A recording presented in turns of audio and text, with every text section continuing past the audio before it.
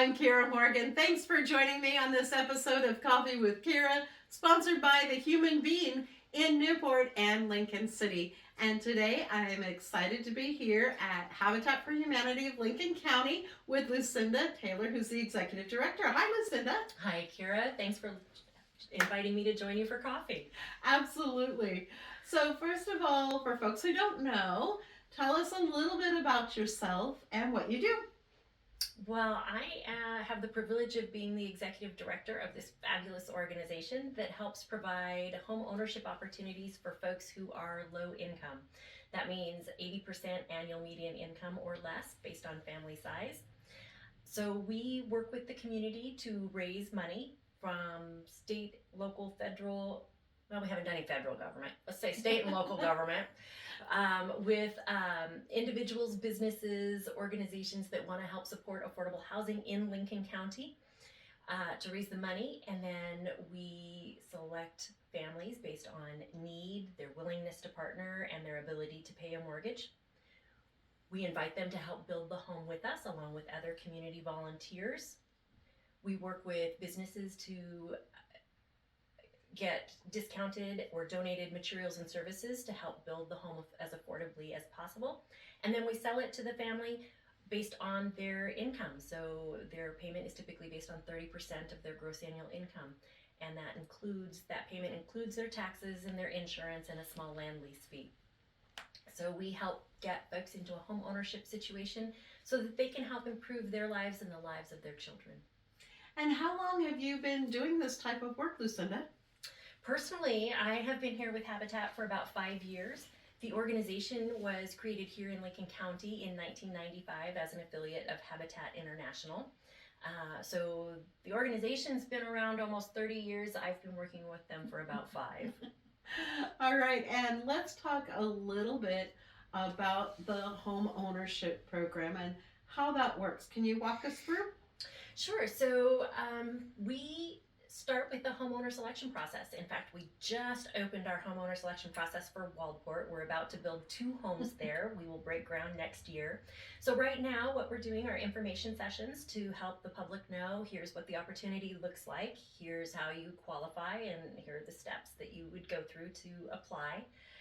Folks apply to the program and we review their applications to see, do they meet our income qualifications? So for this build, the income qualifications are 45 to 70% of annual median income, again, based on family size.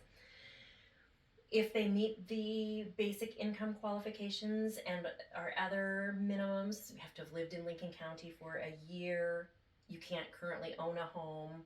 That would make sense. Right, exactly. It has to be your primary residence. We don't sell it to folks so that they can then rent it out, right? There's some other basic qualifications that folks need to meet.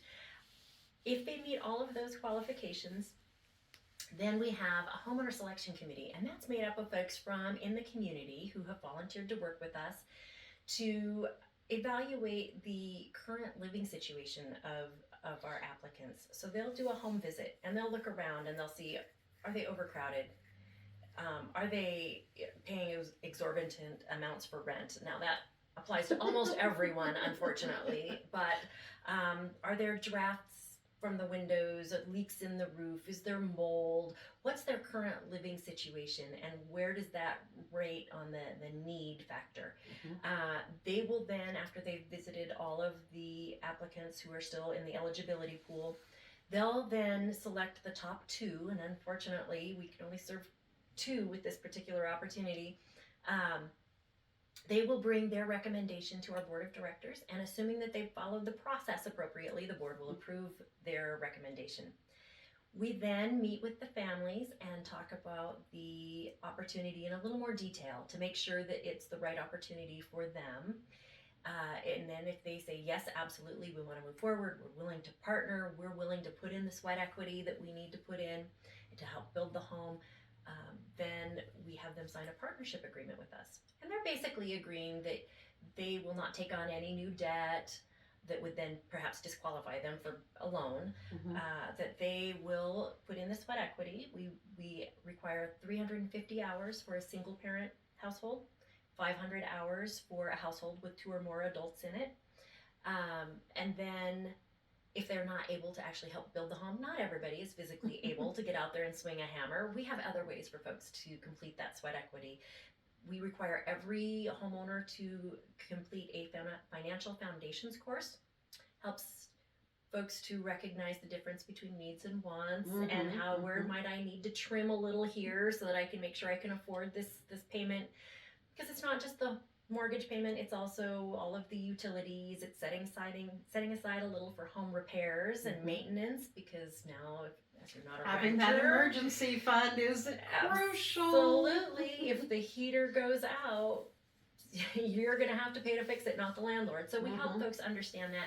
There's also a home buyer course that we require them to take so that they know what they're getting into, so that they understand what escrow means. They understand the process of buying a home and what homeownership means. So we require that education, and all of that time goes toward their sweat equity. Oh, that's great. Yep. We look at kids' grades. Their grades can count for sweat equity. We want the children in the household to be able to help contribute. They can't help on the job site, but they can help in other ways. Their job is to get an education, so by doing a good job at their job, they get to help. I love that. Bring in, yeah. So we look for creative ways for folks who can't help build to still be able to commit to and put in that time to help get their home completed in different ways. And I imagine that makes it a little more personal and more worthwhile to the person who's getting the home. It helps them be invested in the process. Absolutely. We really prefer that they help build the home for a couple of reasons. One, the pride of ownership. I helped build this home, right? This home that we're living in, I helped build this. But also, they get to learn a lot of great skills. So when it comes to home maintenance, they can do a lot more of it themselves, which is definitely more affordable than hiring a contractor. But they also get to learn when it's time to call that contractor, right? There are certain things you don't want to do yourself. If it's electrical or plumbing, get the professional, get the certified professional. So they help build the home. They get that pride, but they also learn a few things, and helps make the whole process more affordable for them. And do you have community partners that you work with? Ooh, we could not do these builds without community partners. We partner with individuals, with businesses, and other nonprofit organizations. We work with some things that we try to have as many volunteers as possible help build the homes.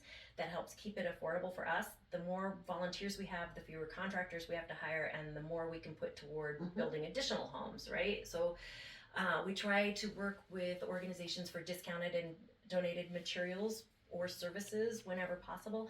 Most of our contractors give us some kind of a discount as a nonprofit, and then we help promote and say thank you publicly and on our social media and in whatever ways we can to help express our appreciation for that. We also partner with cities, the county, and a lot of our funding lately is coming through the state, so through state grants and different programs. So government at different levels, individuals, organizations, everybody in the community. It is a community project when we build a Habitat home. So for instance, right now we're working on finishing 2 homes in Lincoln City. The land was donated by the county from tax foreclosed property. The city donated $75,000 toward the excavation foundation infrastructure costs. We had lift funding from the state that is helping pay for materials and contractors. The Spirit Mountain Community Fund contributed to the construction of this home. The Lincoln County Board of Realtors through the Home Foundation gave us some grant funding to help with this home. We have some individual donors who gave significant amounts. We are trying to think of, I don't want to leave anybody out. I think those are the biggies. One of those homes should be finished before the end of this year, so they would be in, if all goes well, they'll be in for the holidays. The other home will be finished probably March or April of next year, which is about the time we'll be finishing up our homeowner selection process for Waldport, so that we can get the floor plans going and get the permitting process started for that, so that we're just from one build right into the next. How many homes do you know, how many homes you have throughout Lincoln County? We've constructed 16 homes since 1995. these 2 in Lincoln City will make it 18. So, I did the math. It's been a little while. It might be a little off now, but 16 homes over that course of that time was about 18 months per home. We're now on target to average 1 home per month. So, and we really try to also make sure that we're serving the entire county. We are Habitat for Humanity of Lincoln County. We try to not just stay in one place. So we have 2 homes in Toledo, 2 in Siletz. One of those was a rehab. We took an existing home and took it down to the studs and rebuilt. We have 2 homes in South Beach, 2 in Waldport, 4 in Lincoln City, plus the 2 we're finishing now, and townhomes that we built here in Newport that we just finished in 21. That's great. It's 18 homes so far. We are really on target to up how many homes we are able to complete. Our goal is to be 3 to 5 homes a year. It may take us 5 to 10 years to get there, but I really do believe that within the next 5 years, we'll be averaging 2 or 3 homes per year across the county. That's fantastic. And of course, you can't do this without volunteers, as you mentioned, but having volunteers at the site isn't the only spot where you need volunteers, correct? Correct. We use we subsist on volunteers. So some of the folks that put in the most time actually is our board of directors. It's a volunteer board of directors. And we meet 6 times a year, and then occasionally in between we have 6 times a year for the board, 6 times a year for the executive committee, which meets the opposite months. We have a finance committee, construction committee, resource development committee. So our boards and committees, we need folks there to help us to raise money and provide guidance on construction issues and things like that. We are always looking for volunteers at our restores. We have a restore in Newport and one in Lincoln City. And, they've been struggling in recent years since the pandemic. We had to shut down for 2 months. When we reopened, things picked up pretty quickly. I was surprised. But then since then, it's just been slowly, they're just not bringing in the revenue that they had before. And the cost of, we need to pay a decent wage. We need to make sure that the folks who are employed with us are making enough to make their ends meet. With inflation, we bumped up our wages. So it's more expensive. We're actually not. The goal of the restores is to help bring in funding to help cover administrative costs of the organization so that more of the money donated to us can go straight to the construction. Our goal would be that the restores cover all of our administrative costs. We were starting to move in that to get close to that, but over the last couple of years, it's just not happening. So the more volunteers we have at the restores, the less we have to spend on staffing and related costs, the more of the proceeds can go to actual construction or to help cover our costs, our overhead, our insurance, and all of that, our rent. I'm glad you brought that up, Lucinda, because I think that's something that a lot of people kind of forget about, is that even though you're a nonprofit, you still have a salary, you still have employees that you have to pay, you still have a building that you have to rent, or maybe multiple buildings that you have to rent. Right. You have electricity, you have water, you have garbage. All of those things have to be paid for as well. They do, and you can't get grants to pay for that kind of stuff, right? So you have to raise the money in other ways. One of our ways of doing that is through the restores, where folks can donate their used furniture, their appliances that are still in good working order, building materials, excess building materials. We love to get excess building materials because people love to come in and buy them, right? And then we're able to sell those to the public at a very low cost, and then use the proceeds from that, the net proceeds, to help cover our costs, right? Our overhead, our Wi-Fi, the costs of doing business, right? Yep. All those. Well, and what's really great about the restores is that, as you mentioned, you can find things that you may need for your home. For instance, as a renter, I never needed heating vent covers. Now, as a homeowner, The ones that we had, that when we bought the home, they were plastic. And let me tell you, kids, toys, animals, things, those things got broken. And I'm like, oh my gosh, what are we going to do? We went to the restore and you had the metal ones. And we were able to purchase those at a very reasonable price. And now I don't have to worry about a child falling through the theater vent on the floor. It's amazing the kinds of things you can find there. People donate amazing things. And sometimes I walk in and I'm like, what is that? Right? And the staff will usually say, oh, that's a this and that. It does this thing. And I'm like, oh, okay. Well, who knew? And sometimes they'll say, we're not really sure, but it looks pretty cool, doesn't it? It looks neat, and somebody must know what it is. Somebody else. Yeah. So sometimes we'll pop it onto our Facebook page and say, what is it? And it's kind of humorous sometimes, the answers to that. And then somebody will tell us what it really is, and it's like, oh, okay, I get it. So let's talk about the locations of your restores, because your Lincoln City store recently had a move. Did, yes. We are now at 1255 Northwest Highway 101 in Lincoln City. We're a little further north than we were, just south of Birkenstock. We opened there in May, I think it was, that we did our grand opening. We will have another grand opening. Well, we did a ribbon cutting. We're going to do a grand opening as soon as our offices are in. So there's a little space adjacent to our new restore there that is being built out into offices. And we'll be moving out of right now we're housed in the First Presbyterian Church of Newport. We'll be moving from this office up to our new space. We'll be co-located with one of our restores, which will just make life so much easier. Mm-hmm. And we're going to have real office furniture. I'm so excited. Just be sure you take these comfy chairs with you, will you? Right. And if not, I know a great place where you can find some really comfy chairs. Exactly. These came from the restore.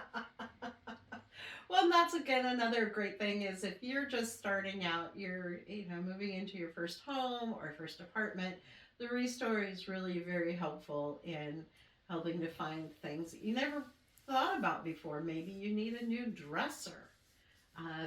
Maybe you need a coffee table or a nightstand or something along those lines.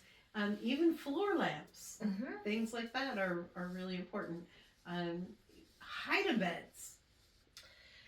Yep, we have hide-a-beds typically. We have all of your standard living room furniture, kitchen tables and dining chairs, recliners, magazine racks, lighting of all different kinds, not just the floor, but also, like if you have a light that hangs over the kitchen table, we have some of those. Lots of odds and ends in the miscellaneous hardware kind of things. Okay. So if you need a hinge or, just all the little things that one might need around the house, something gets a little bit torn apart, we might have exactly what you need to fix it. So we now offer recycled paint. That's great. I haven't heard about that in forever. I know the county used to have a recycled paint program. And again, COVID or, whatever, it went away. So that's really great to know that you're doing that. Tell us a little bit about it. So we've been accepting used paint for forever. If it's half full or more and it still has the original label, we can just sell it in the restore. But if it's not something that we can sell, we collect it and we then, there's a place called Paint Care and they pick it up, take it away, and then they send us a small donation for our efforts. That then goes to a different company that makes it into recycled paint.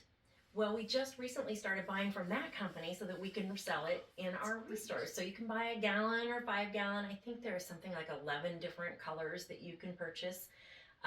So we're the full cycle. We take what people can't use anymore and either sell it or donate it to have it recycled, and then it comes back to us in a different format, and now we can sell it to folks to We actually have been painting the outside of the new Lincoln City Restore using our recycled paint product. That's great. And sometimes you don't need a whole gallon, you just need a little bit. So that's really fantastic.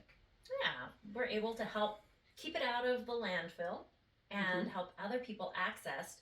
If you just need a little bit of paint to touch something up, come check out what we've got in just the used paint section of the Restore, and you might find exactly what you need for that little project.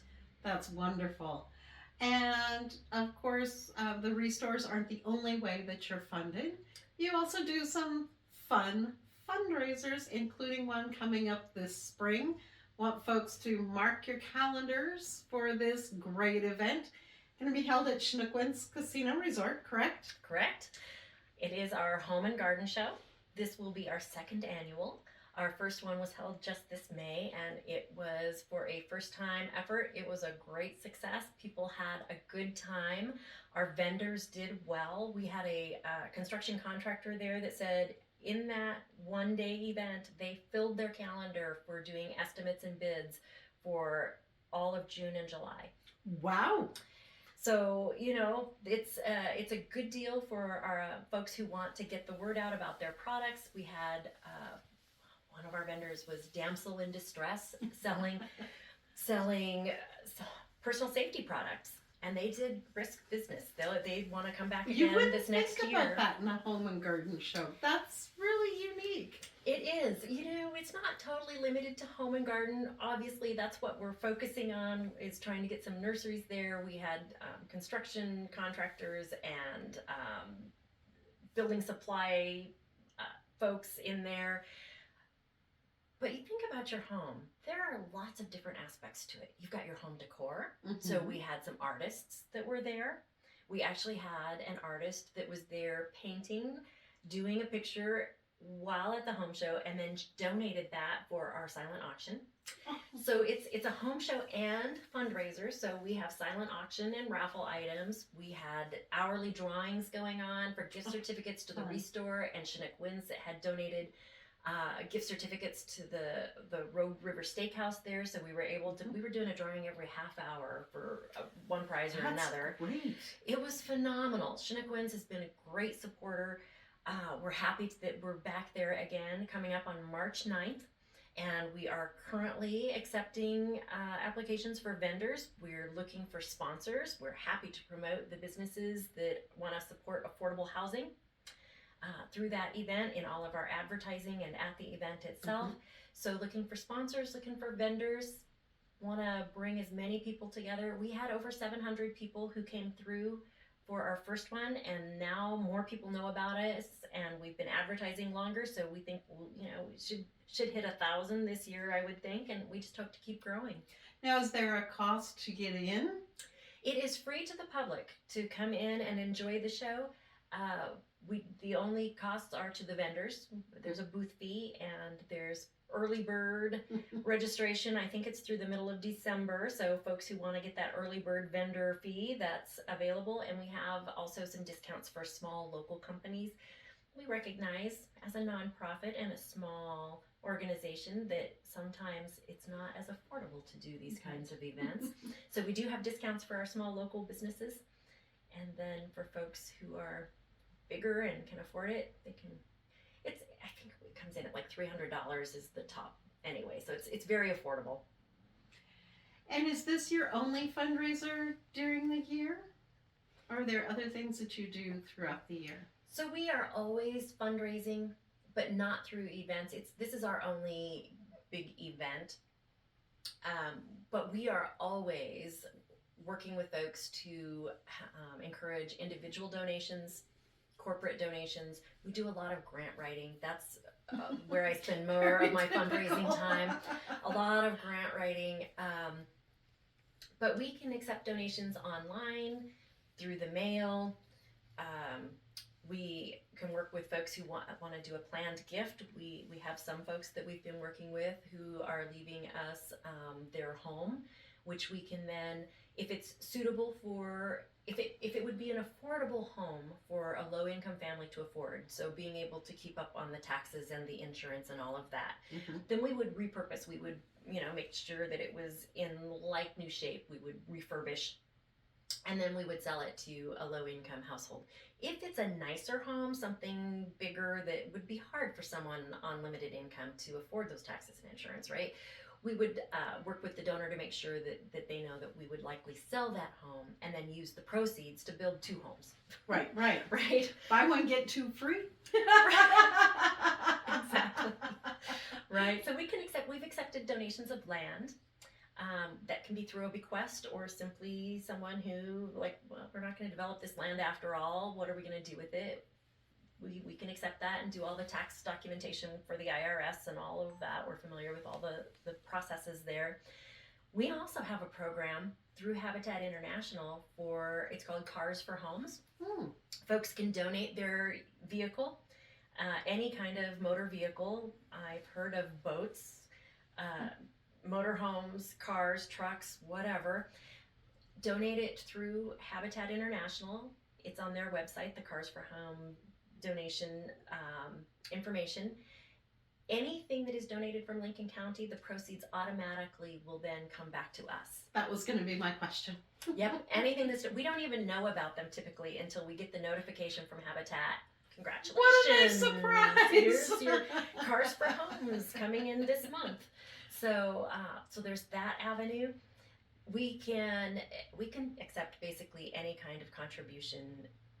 We're even able to accept stocks and bonds and that kind of thing, although that's less typical. If someone has a distribution that they need to make out of their retirement funds that you have to take a certain amount out by certain ages, you can have things come straight to us through those, so that then you're not paying the taxes on them.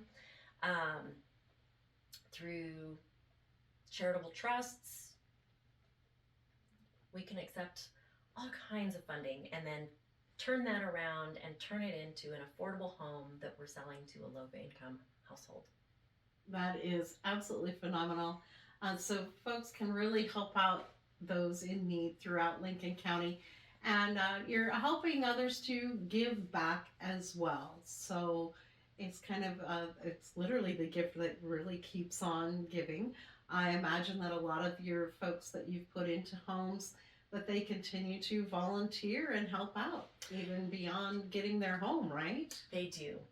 They absolutely do. We've had some of our best volunteers are our current homeowners. So I can think of a couple. One that is continues to work in our restores. That's how she put in some of her sweat equity hours, and she continues to work in the restores because she was so heartwarming. She's like, I am so grateful for my home. I am so happy here, and I love it so much. I want other people to experience this. I want to come back and continue to volunteer here at the Restore. We have another that helps us every year with addressing our holiday cards, and she volunteers on our homeowner selection committee. So yes, our homeowners continue to give back as they are able, because what the gift that they're really giving here, I don't know if I've shared with you before, but the really big benefit of the Habitat homeownership, yes, it helps people build a little bit of equity, right? It helps them to change their generational wealth for their children and going forward.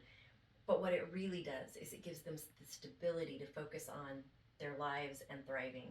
So studies have shown that compared to others in a similar economic situation, those who own a Habitat home, they have better health outcomes, better educational outcomes, better career outcomes. Their kids graduate from high school at higher rates. So the stability of that home, where they don't have to worry about what's going to happen with the rent. Stressors that inhabit them. Exactly. And they can just focus on the other aspects of their lives, right? That basic need to be sheltered in a safe, decent space. They don't have to worry about that anymore. They got it covered, right? That's so great. It's phenomenal, and then what a great feeling, right? And then their kids do better in life, and their kids get to do better in life. One of my homeowners shared with me that her kids' expectations for themselves rose substantially within 5 years of homeownership. So it just, I mean, their expectations for what they wanted to do with their lives, you know, changed because of that homeownership and the stability that it brought and the example that it set for them. So this is why we do what we do, right?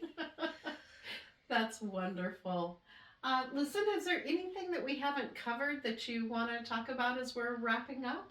Oh, goodness, wrapping up. I haven't mentioned that we did the home repairs. We talked Yes. about home repairs. We didn't talk about our individual development accounts. So Oh, yes. the opportunity for folks to save. So we now can provide access to IDAs, individual development accounts, for home ownership and for home repairs. So the way the program works is folks come to us, we help get them into the system, and then we partner with Habitat Oregon, who helps them set up a savings account. Someone saves up to $1,200 over the course of a year. Can be done in a shorter amount of time, but up to a year, and then it gets matched 5 to 1. 5 to 1. Did you hear 5 that? to 1. 5 to 1. So somebody saves $1,200 and they can get matched $6,000 to go toward a down payment or to go toward a home repair. So we have never been able to help with roofs. We don't have the funding to be able to help with roof repairs, right? But someone can participate in this program, and you can participate for up to 3 years, depending on your goals and your needs. Mm-hmm.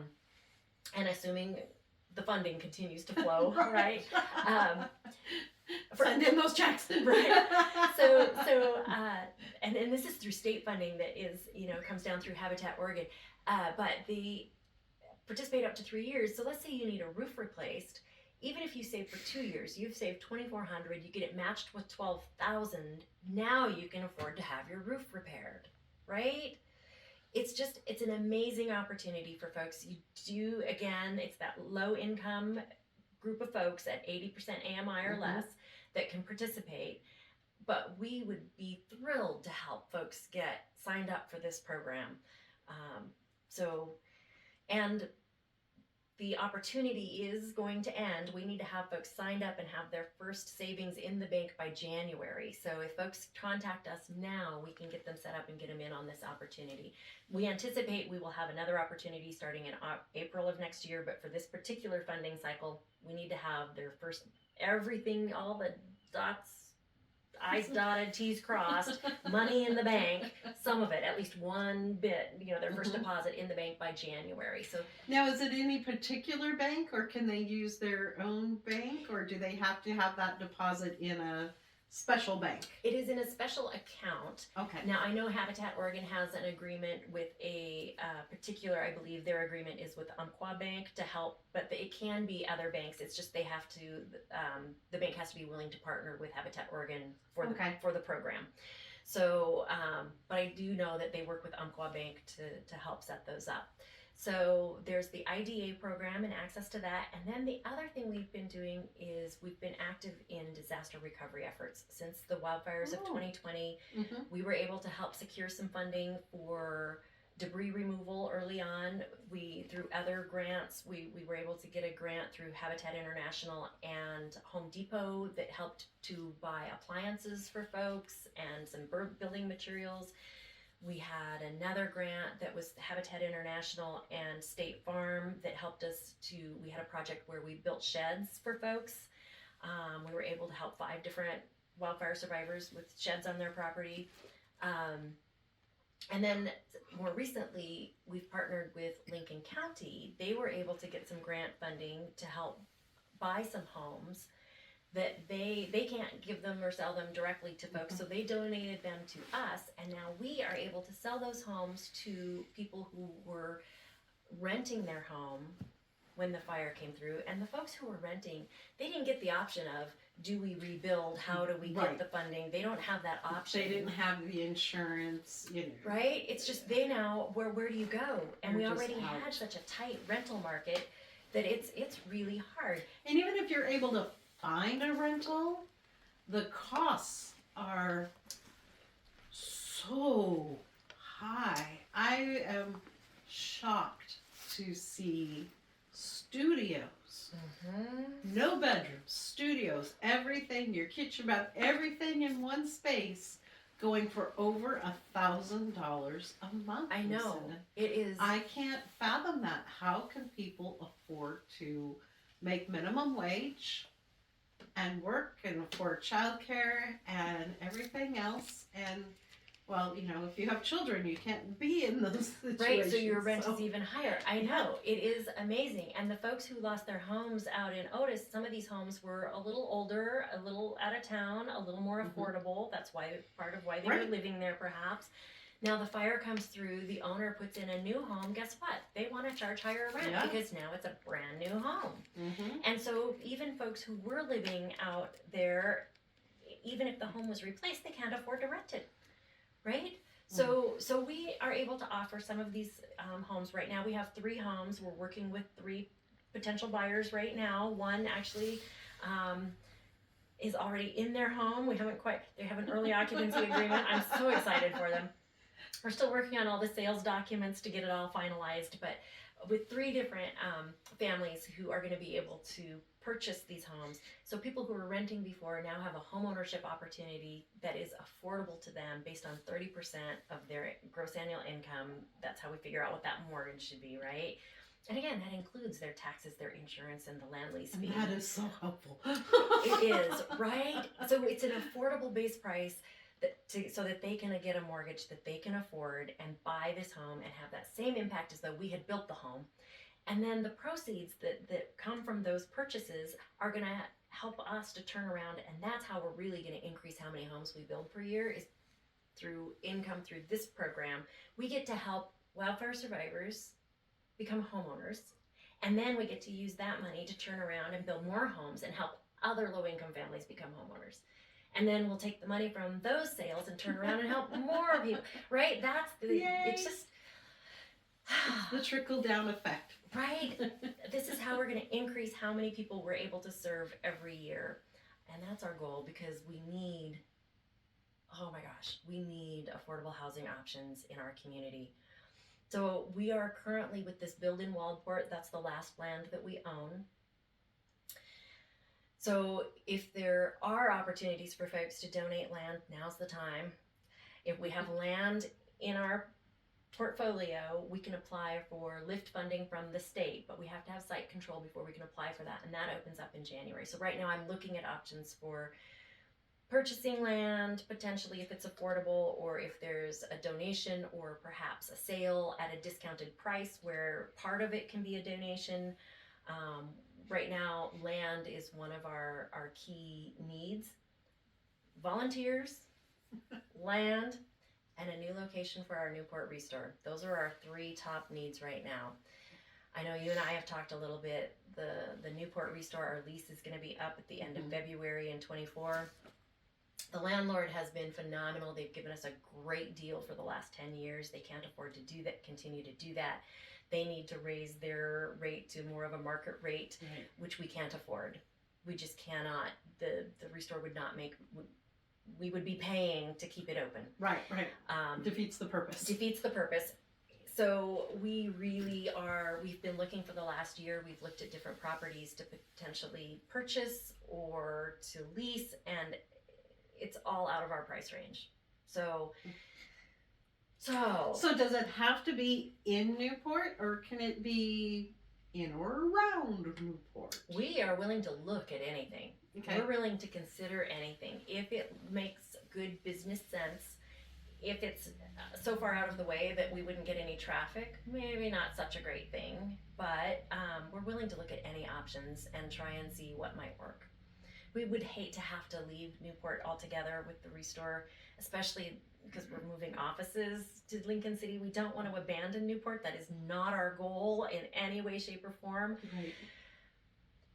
However, if we can't afford the lease, we can't afford the lease. So, if there's some way we can keep a presence here with a Restore, we want to.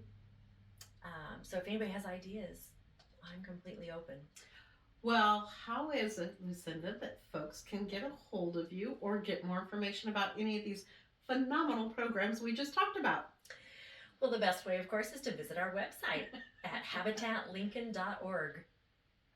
The other way is folks can email me, especially if it is for some kind of a donation, especially if it's land or restore ideas. Email me, director@habitatlincoln.org. They can also call. My phone number is 458-277-7602. Wonderful. All right. Thank you so, so much for joining me on Coffee with Kiera. Again, we're sponsored by The Human Being in Newport at 6th Street and Highway 101, and in Lincoln City at the north end of the highway on the west side next to TLC Credit Union. If you liked what you saw, be sure to hit like and subscribe and ring the bell for notifications. And thank you so much for joining us on Coffee with Kiera. I'm Kiera Morgan.